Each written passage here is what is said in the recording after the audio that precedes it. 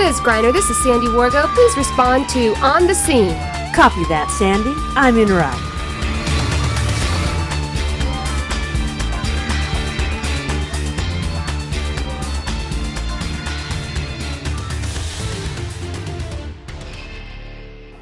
Hi, I'm Sandy Wargo with Novato Fire District. And I'm Liz Griner with Novato Police. And welcome to On the Scene. Today we're going to be covering a lot of summer safety information. Liz is going to be covering some vacation safety and things you do in the summer like bicycling and ways to stay safe when you're bicycling or away from your home.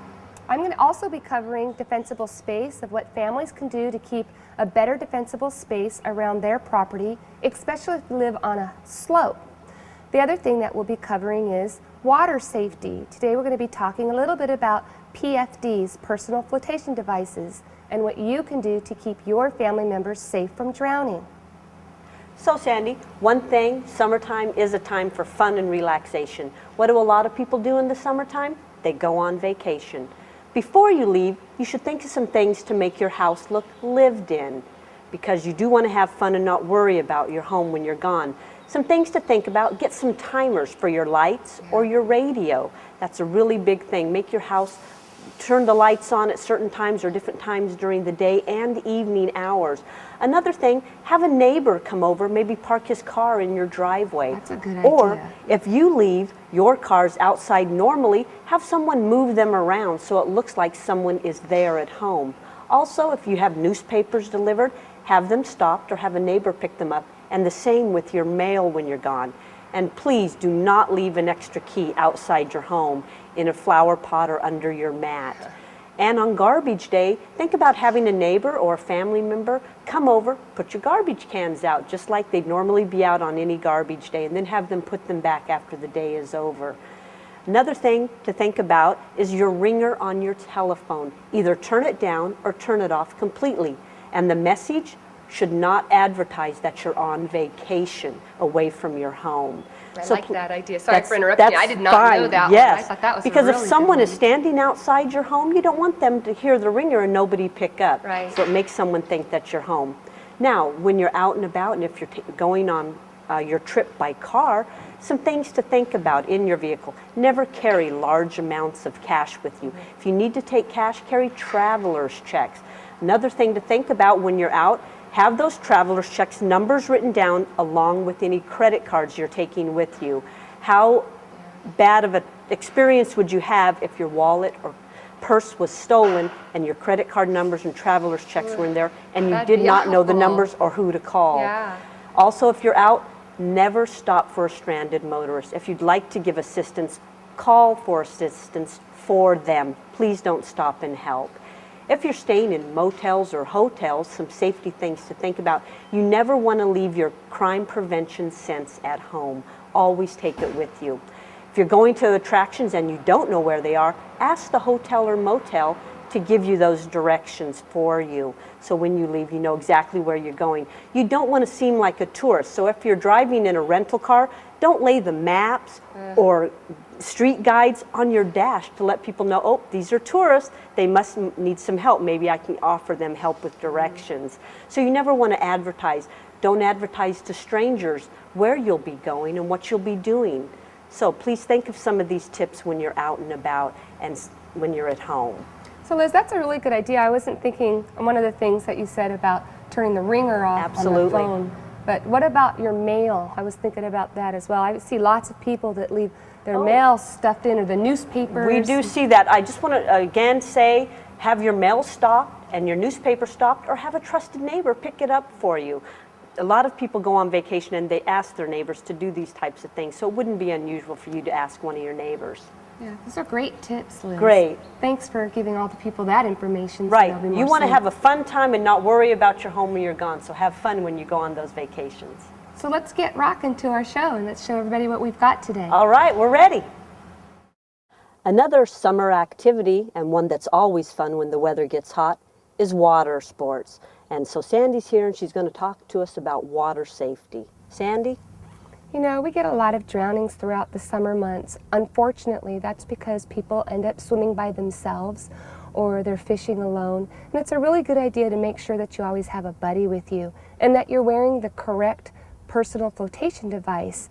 What Liz is wearing here today is a correct personal flotation device. We see lots of folks wanting to use swimmy arms or those blow-up inner tubes or even the mattresses, thinking that those are flotation device to be able to save their lives, and that's not so. It needs to be something that's snug. Your personal flotation device should be able to be adjustable so that it's snug but not pinching on the armpits. This one we use in our rescue, and this is our rescue boat that we have here with Novato Fire District. And we have a little bit of extra gear on top of it, but I think it's a really great idea that you have a flashlight with a bright and candela light, but also there's a whistle attached here. Thankfully, sorry, Sure. boom. No, that's okay. There's a whistle attached here. That way, if you needed to flag help or try to get somebody's attention, you can blow on that whistle and reserve your energy to be able to stay afloat. Along here we've got a knife, and I'm sure people are wondering, why would you have a knife? Well, if you can imagine, whether we're in flood territory or somebody's caught up in some debris in the slough or in the creek or out into the lake area, if we need to free them up, we can use that knife to cut off whatever is holding them into the water. Another drowning way is we have kids that think it's fine to go out in their backyard and go swimming without a second person. And we think it's so important that you have that watchful eye. We want to keep our children alive with that watchful eye, especially when there's a party going on. This is when we see most mishaps.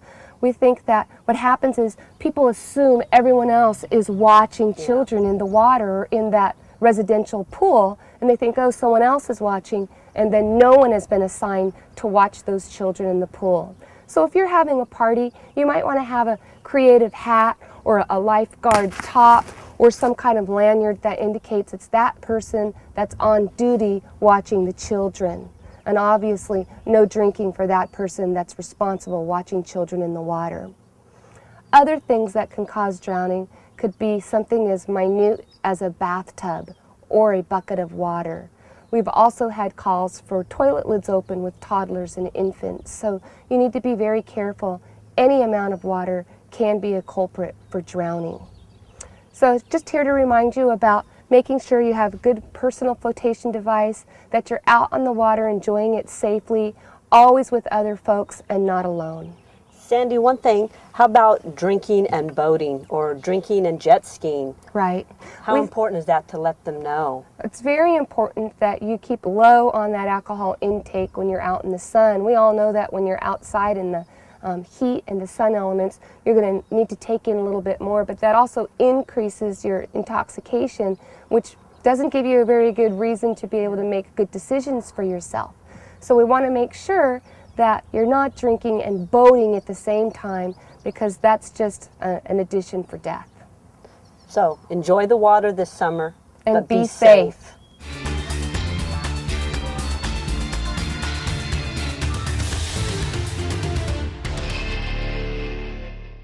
Okay, another summer fun time activity is bicycle riding. So today we're also going to go over bicycle safety.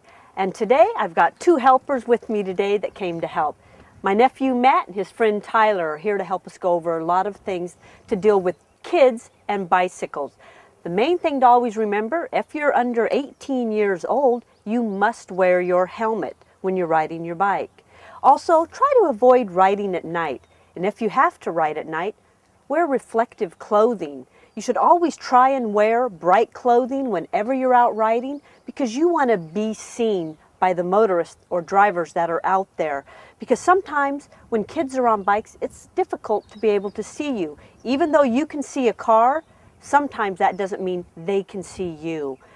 When you're out riding, whether it's in a bike path or on the street, you always want to remember you want to go with the flow of traffic and always stay to the right side. Make sure that you ride single file when you're out. So Matt, thanks for coming today. I noticed he and Tyler both brought what they call BMX bikes.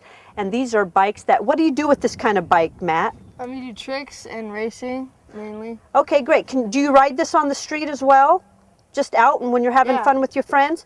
Okay, one thing to always check, and this is important for parents to remember when you're purchasing a bike for your child, make sure it properly fits your child. You don't want to get a bike they can grow into, because what happens if you get a bike that's too large, it's too difficult to control.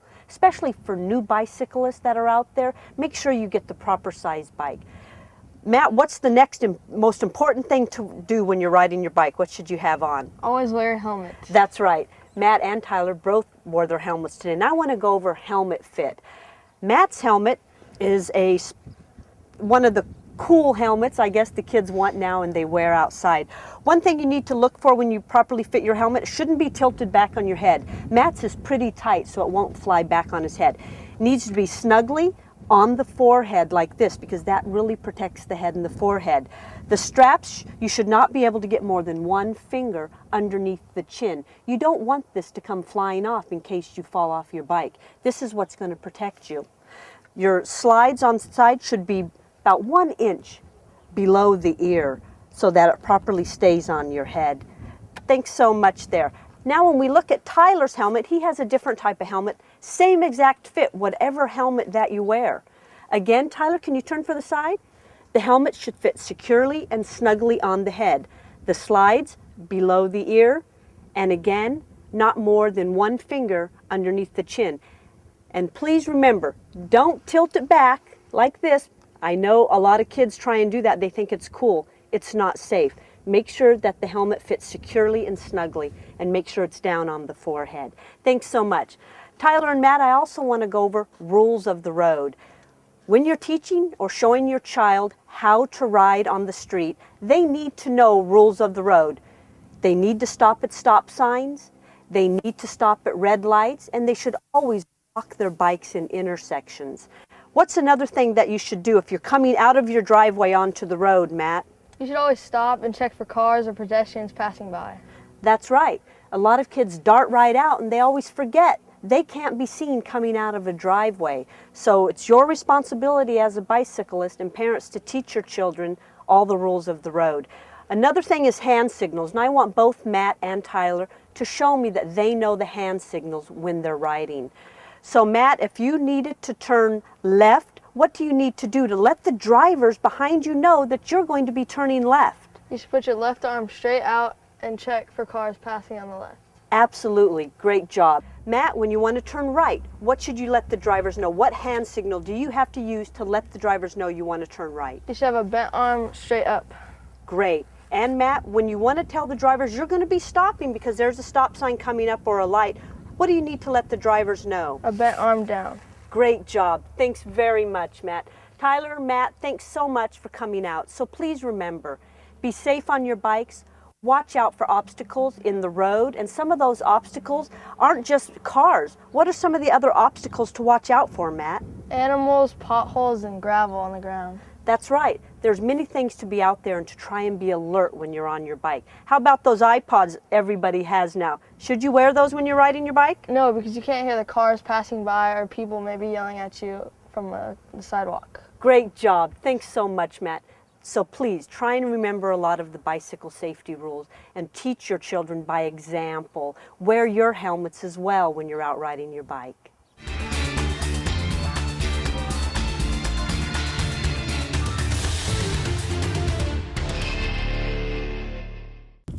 Wildfires are not a question of if, but when.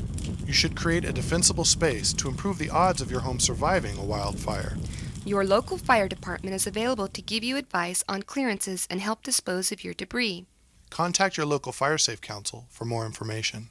Don't let your home become a statistic. This public service announcement was funded by the Northern California Fire Prevention Officers Association And endorsed by the California Department of Forestry and Fire Protection. Hi, and welcome back. I'm Sandy Wargo, and today we've invited Jessica Power with Tiburon Fire, and she's also representing the fire prevention officers today to talk a little bit about defensible space. Hi, Jessica, and thank you again. Welcome. I was wondering, can you tell the folks a little bit about defensible space? I know here in Marin County we've got a lot of dry grass and dead trees, so can you explain what they can do to create a defensible space at their home? Well, Sandy, the defensible space is the area 100 feet around your home or to your property line, which you can maintain, therefore providing you with some defense. Great. So For your what can a person do Well, to create a defensible Here space? you can see you can start by clearing the dead grass down to 3 inches or less in height. All right, down to 3 inches or less. Or less in height. Wow. Okay, so this is kind of high, huh? It is really high, yeah. And you want to do that early in the morning before the humidities get really low. Okay, that's a good tip. Because I just think I'd come home and just mow my lawn when I get home from work in the late afternoon. You know, and a lot of people think that's a great time because that's when they have the time available for them.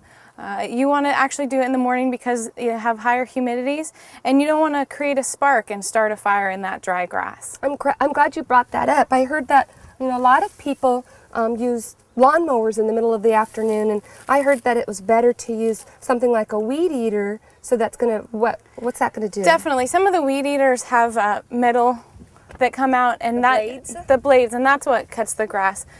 These are much better. There's not as much resistance. You're not going to hit a rock with the metal and start a spark and a fire that way. Oh, okay. Yeah, we've gone on a couple of fires where people were trying to reduce their hazard, and because the blade hit a rock, it actually ignited a fire, and we're running on that call. Yeah, and unfortunately some of our responsible homeowners are trying to do their best by doing it in the afternoon when they have time. And what about limbing up? I want folks to know a little bit about what they can do on the trees on their property. Part of defensible space is eliminating the fire ladder around your home, which means separating the grass, the brush, and the trees in your yard. Excellent. By no means do we want you to create a dirt ring around your house. We want you to have a beautiful yard. However, we want you to create that space so that if a fire does start in one of those, in the grass, the brush, or the trees, it takes more time for that fire to get to the other vegetation in your yard. Therefore, creating time for us to get there and put that fire out. Great. So how far would you want to limb up a branch from the ground, especially like this, it's a slope? And I know lots of folks here in Marin County have steep slopes for their yards or around their property. So we get lots of folks that call to ask, how high is the requirement, or what would be necessary to prevent that laddering fuels that you were talking about? Well, on trees that are 18 feet in height or greater, you want to limb them up at least 10 feet. So you'd want to limb this tree up a little bit more. That eliminates the fire ladder around your home, therefore preventing the spread, or quick spread, of a fire. It gives us time to get there and put the fire out.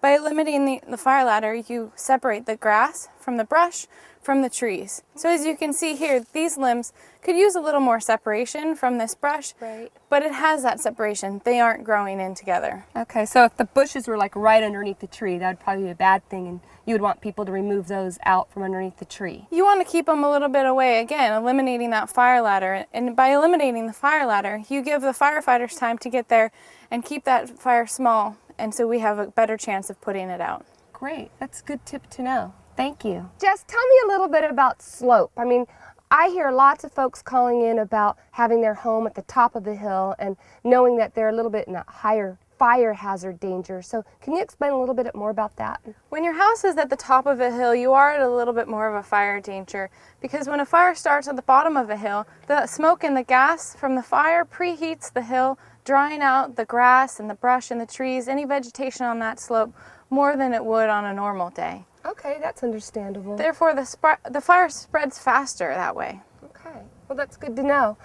How about how some of the fires get started? Now you talked already about a blade hitting a rock. What other ways could a fire get started? That blade hitting the rock creates a spark, which in really dry vegetation can cause a fire. Other things are chains dragging from equipment, vehicles, kids playing with matches.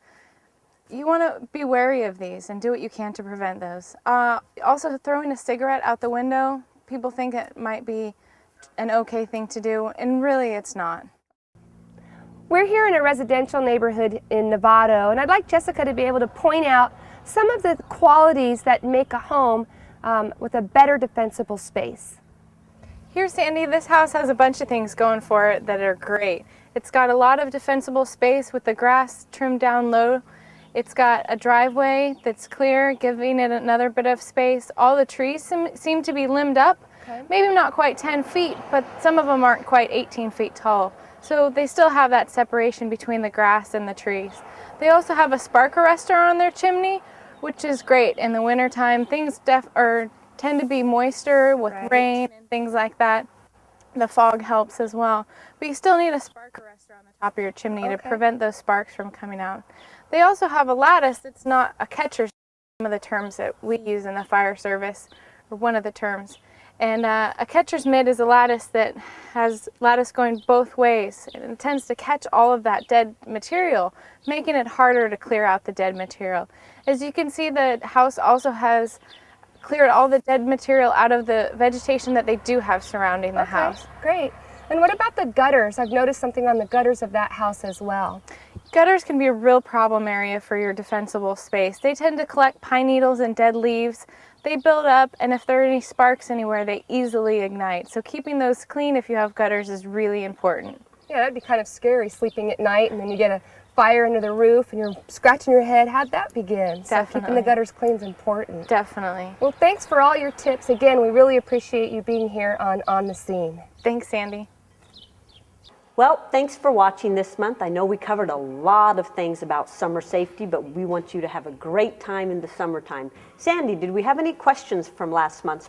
I certainly did. You know, remember when I did the gas main and I was talking about your gas wrench, and folks wanted to know, well, where would I keep that gas wrench? A good thing to remember is if your gas main is behind your gate or your fence, so it's secure, then you can go ahead and keep that gas wrench secured to the gas main, whether it's a zip tie or a piece of tape or a string. But if your gas main is out front of your property, maybe you've built your gate or your fence further back and now your gas main's out in the front, then we wouldn't want you to leave your gas wrench with the gas main, because that's just an invitation for someone to tamper with your gas main. Oh, that's a good idea. Thanks, Sandy. So remember about the show today. Be safe when you're out riding your bike. Make sure your home looks lived in, and practice that water safety. I also wanted to let you know, and Sandy, I don't know if you have them at the fire department as well, we have brochures on every topic that we do talk about. They're free of charge, and they're right there in the police lobby.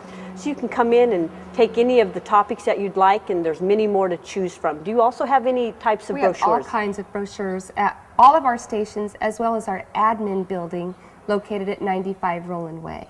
Great. So please come by, pick a brochure up, and have a great vacation, and have a great summer. And thanks for watching. Hey, but wait, before we go, we need to let them know what we're going to be doing next month. month. Oh, that's right. I'm already into summer. Yeah. Next month, we're going to be talking about back to school safety. School's going to be right after summer's over, so we want to go over some child safety tips and things parents can do when you're driving or walking your children to and from school. Really important. I'll be covering smoke alarms, carbon monoxide alarms, and voice-activated alarms. We know that schools focus on having fire drills when their alarm is activated. So what about what you do at home as well as at school? That's what we'll be covering next time. Great. Sounds like an exciting month for us. So thanks for watching. We'll see you next time.